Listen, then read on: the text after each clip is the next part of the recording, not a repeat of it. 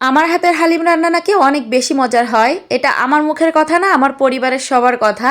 রমজান মাস তো চলেই যাচ্ছে, তো রমজান মাসে ইফতারিতেই হালিম না হলে চলেই না। তো চলেন আজকে আমি আপনাদের সাথে হালিমের রেসিপি শেয়ার করব।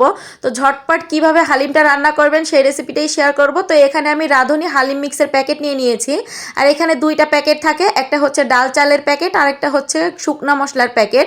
তো প্রথমে আমি ডাল চালের যে প্যাকেটটা আছে এটা কেটে নিলাম। তারপরে একটা প্যানের ভিতরে এই সম্পূর্ণ ডাল চালটা ঢেলে দিয়েছি।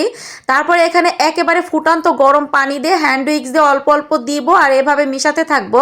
একবারে যদি পানিটা ধাম করে ঢেলে দেন তাহলে কিন্তু এই মিক্সারটার ভিতরে দলা পেকে যেতে পারে। এজন্য অল্প অল্প পানি দিতে হবে আর এটা খুব ভালো করে স্মুথ করে মিশিয়ে নিতে হবে। তো টোটাল এখানে আমি 3 কাপ পানি নিয়েছি। 3 কাপ পানি দিয়ে এটা খুব ভালো করে মিক্সড করে নেড়েচেড়ে মিশিয়ে নিয়েছি। এখন ঢাকনা দিয়ে ঢেকে এটা একটা সাইডে রেখে দিব। হালিম রান্না করার জন্য এখানে আমি গরু মাংস নিয়েছি হাফ কেজি অথবা তার থেকে সামান্য কিছুটা বেশি হতে পারে। গরু মাংসগুলো একটু ছোট টুকরো করে কেটে নিয়েছি। এখন প্যানে পরিমাণ মতো তেল দিয়েছি আর 1 কাপ দিয়েছি পেঁয়াজ কুচি। পেঁয়াজ কুচিটা ব্রেস্তা করে ভেজে নিব। পেঁয়াজ কুচির ভিতরে যখন এরকম সুন্দর একটা কালার আসবে তখন চুলাটা বন্ধ করে দিতে হবে, কারণ এই পেঁয়াজটা তুলতে তুলতেই কিন্তু বাকি কালারটা চলে আসবে। অর্ধেকটা পেঁয়াজ বেরেস্তা তুলে নিলাম। বাকি অর্ধেক পেঁয়াজ বেরেস্তার ভিতরে এখানে 1.5 চা চামচ রসুন বাটা, 1.5 চা চামচ দিয়েছি আদা বাটা। এখন আদা রসুনের কাঁচা স্মেলটা চলে যাওয়া পর্যন্ত একটুখানি ভেজে নিব। আগে থেকে কেটে ধুয়ে রাখা পরিষ্কার করা গরুর মাংসটা দিয়ে দিচ্ছি। মশলাটা যাতে লেগে না যায় তাই প্রথমে একটুখানি নেড়েচেড়ে মিশিয়ে নিচ্ছি। তারপরে রাঁধুনি হালিম মিক্সের প্যাকেটের ভিতরে যে মশলার প্যাকেটটা ছিল এখান থেকে 3 ভাগের 2 ভাগ মশলা দিয়ে দিয়েছি। সম্পূর্ণ মশলাটা দেই নাই, বাকি মশলাটা আমি পরে দিব।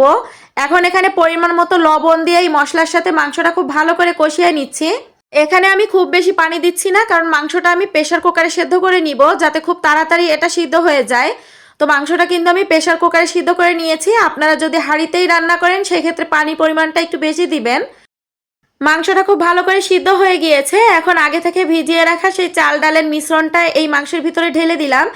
দেন আরও 3 কাপ গরম পানি দিয়েছি। আর এখানে আগে থেকে কিছুটা যে মশলাটা তুলে রেখেছিলাম সেই মশলা দিয়ে এখন নেড়েচেড়ে খুব ভালো করে এটা রান্না করে নিতে হবে। অনবরত নেড়েচেড়েই কিন্তু এটা রান্না করে নিতে হবে, তা না হলে তলানিতে কিন্তু লেগে যাবে অথবা দলা পেকে যেতে পারে। তো হালিমটা আমার খুব ভালো করে রান্না করা হয়ে গিয়েছে। এ পর্যায়ে চুলাটা বন্ধ করে দিচ্ছি, তা না হলে ঠান্ডা হলে কিন্তু এটা আরও বেশি ঘন হয়ে যাবে। আপনার হয়তো খেয়াল করেছেন হালিম রান্নার ভিতরে আমি আদা রসুন বাটা ছাড়া ঘরের এক্সট্রা কোনো মশলা কিন্তু এখানে ব্যবহার করি নাই। সবশেষে হালিমের উপরে শসা, ধনিয়া পাতা কুচি আর কাঁচামরিচ কুচি দিয়ে দিচ্ছি। আর সবশেষে দিয়ে দিচ্ছি পেঁয়াজ বেরেস্তা। আর এই হালিমটা খাওয়ার সময় অবশ্যই লেবুর রস মিক্সড করে তারপরে খাবেন। আর এর টেস্ট মাশাআল্লাহ অনেক বেশি মজার হয়েছিল। রেসিপিটি ভালো লাগলে প্লিজ লাইক কমেন্ট শেয়ার করতে ভুলবেন না। দেখা হচ্ছে নেক্সট কোনো রেসিপি নিয়ে। ততক্ষণ সবাই ভালো থাকবেন, সবাই সবার জন্য দোয়া করবেন। আজকের মতন বিদায় নিচ্ছি। Tata, bye bye.